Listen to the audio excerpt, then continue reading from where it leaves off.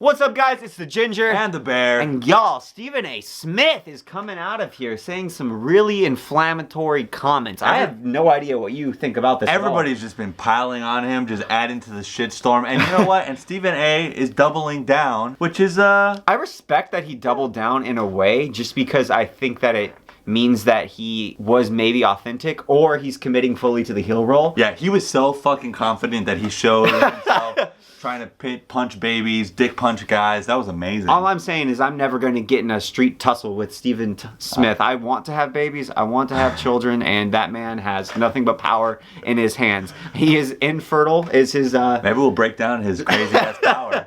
He does snap downwards, doesn't he? But he basically said Cowboy quit in the fight, implying that there was more Cowboy could have and should have done. Sure. That he should have and could have done that would have made the fight longer and made the fight more competitive against Conor. Yeah, I think I wouldn't have a problem if he said Cowboy didn't show up, Cowboy just wanted the payday, and that, again, reflected in his actions. I could see that because that's the narrative that I believe. I don't think he threw the fight or anything like that. I don't even think Cowboy quit. I think that's the issue, right? Right. Like, if we boil everything down, people are really pissed off that people say, oh, Cowboy Cerrone quit. Yes, yeah, and that's where I disagree, because he obviously got fucked up he had a broken orbital, broken nose, and then he got doctor confirmed, by the way. This isn't just like hearsay. This is medically confirmed. He had a broken orbital. He had a broken nose. And it's just ridiculous because people are all talking. Even Michael Bisping, I do not understand this. And I just think it's the most heinous bullshit ever. Talking about like, oh yeah, those shoulder strikes didn't hurt. Yeah. Bitch, he got a broken orbital and a broken nose from those shoulder strikes. Right. The rest of the strikes did not hit the orbital. There was not another strike to the orbital. It was the shoulder strike that broke it. Yeah. And that's going to impede vision. That's going to impede Cowboy's ability just to even know where he is. Yeah. The fact, honestly, the fight went as long as it did, I'm more impressed with. It was a damn beatdown. Right. I thought it could have been stopped about 10 seconds sooner than it actually was. I agree. And so this brings up there's a bigger question though, right? Because we talked about the specifics, and I don't think there's anybody really defending Stephan A Smith's comments except for Stephan. And like we've said, it's a language thing, right? That's the problem. People get super sensitive in fight sports when the words quit are brought up. Sure. Because somehow it questions the desire to be in the octagon, or there's something in fighters that they hate the implication that they quit, right? Well, first of all, I think that quitting in a fight is okay. Yeah. I'm just gonna say that quitting in a fight when you're getting the shit beat out of you, Durant, right? Durant versus Sugar Ray, right? No mas. Yeah, exactly. Like that's a good, or even recently, like Rigo versus Lomachenko, right? Yeah. Like he quit. He knew that he was just gonna lose brain cells and shit like that. And at that point, you know, I can understand why you would quit. But I don't Cowboy disrespect fighters. Yeah. But that's the problem. Is no one wants to be known as a quitter. No one in combat sports wants to say that they quit. It's something that's very different. And because of that culture, announcers who come from the traditional sports media, right, like basketball, football, and all that shit, like where it's like, oh, if you quit, that means you weren't doing anything on the line and stuff like that. And that's bullshit when it's compared to fighting. I also just think it's different when it's a team sport versus an individual sport, because I'd say there are tennis players who you can very clearly see like, oh, they broke and they quit. That's just a part of one-on-one sports. And I think it's the fact that like casual fans and people who have never trained and frankly never just gotten absolutely dominated, and they're like in jiu-jitsu just gotten absolutely smashed, tapped like 6 times in a 5-minute roll by someone you outweigh by 100 pounds, like you will quit. I guarantee it. Roll with a super heavyweight who's actually a blue belt or higher, and you guys, all of you who don't train, you will quit. I guarantee you, you'll quit in 2 minutes. Well, and this brings us to the question at hand, right? Should commentators, should judges, because we've had a lot of controversial like judging in 2019, right? Where fights that should have been, you know, a clear victory for some fighters went to a split decision. That's always been that way, right? Yeah.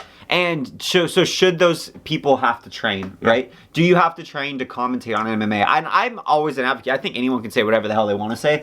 I do not care. But you either need to be a student of the game, or you need to train for your opinion to matter. Or at least that's how it should be. But I guess the issue with like social media and with everything the way it is now, that people can have platforms to comment. Yeah. But again, I just feel like the only people who listen and take that seriously are casuals. Yeah. And I do get why fighters are so sensitive to it in a way, but I also think it would be better if they just laughed at it. That's a better response. If you just go, this guy's an idiot. Look at this clown saying I quit. This not.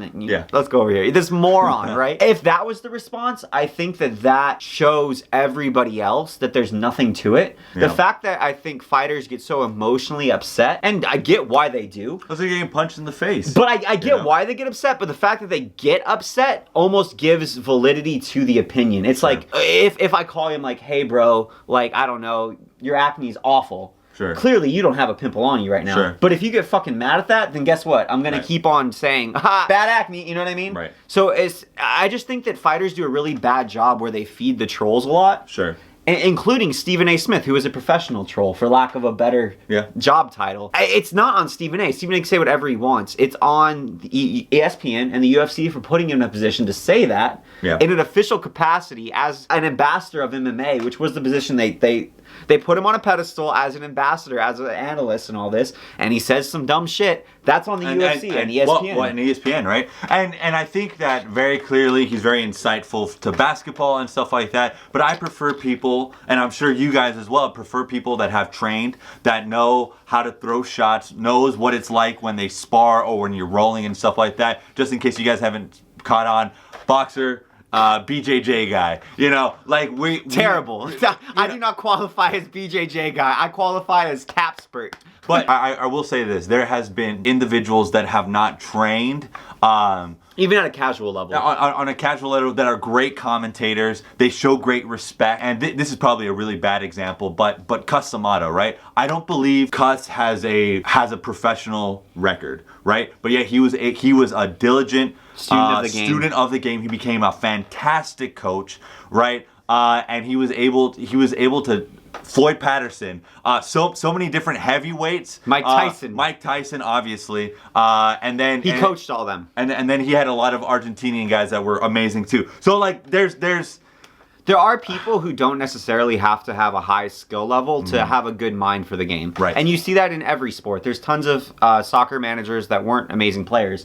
They might not have even been professional players. They're just good analysts, good tacticians. They're students of the game. And I think it's very clear and very obvious that Stephan A Smith and some other commentators, they just are, like Max Kellerman, for example. He obviously loves boxing, loves combat sports, and immerses himself in the culture. He immerses himself in the content. Stephan A Smith, I can almost guarantee you he didn't watch another card that he wasn't actively working besides the McGregor one this year. Yeah. Oh, okay, that's not fair. In 2019. Let's say that, because it's 2020, whatever. And the other card sucked.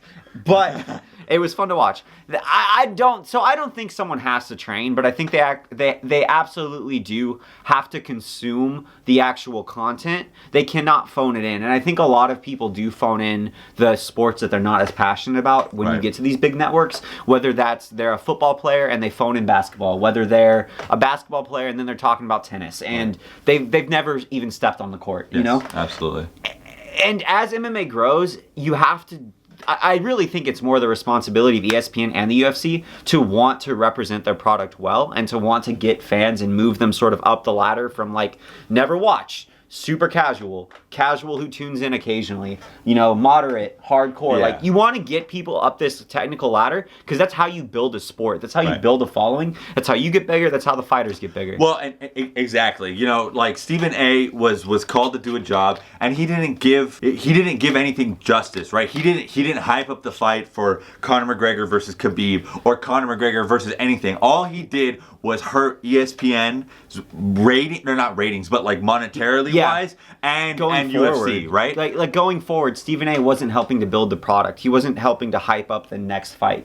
But to be fair, like, I don't even care, because this is what Stephan A does. Why would you expect somebody to do, like, you would never expect to pick up a snake and not have the snake bite you, right? Yeah. Why would you put somebody who is a professional troll in a position and then be like, whoa, what? He's trolling. I also think that he said when Conor was boxing Floyd, he said that he was going to knock him out, or he had the potential to. And today everybody was fucking saying that, but like, I mean, he built that fight. Like, so why? I don't know. Ultimately, anybody, I do not care. I don't care if commentators, I don't care if anybody trains. I just think you can't act upset when you then are criticized for it. By fighters, by everybody in the know in MMA. Like, anybody can say whatever they want, but then don't act like you don't deserve the criticism. Yeah. And guys, fighters, especially fighters, when you act sensitive to something, it just gives people ammunition. Sure. Treat it with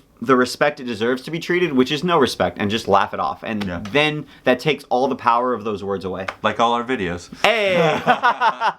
But that being said, guys, I'm the Ginger. I'm the Bear. And make sure you guys subscribe for daily MMA videos. Give us a like. See you guys.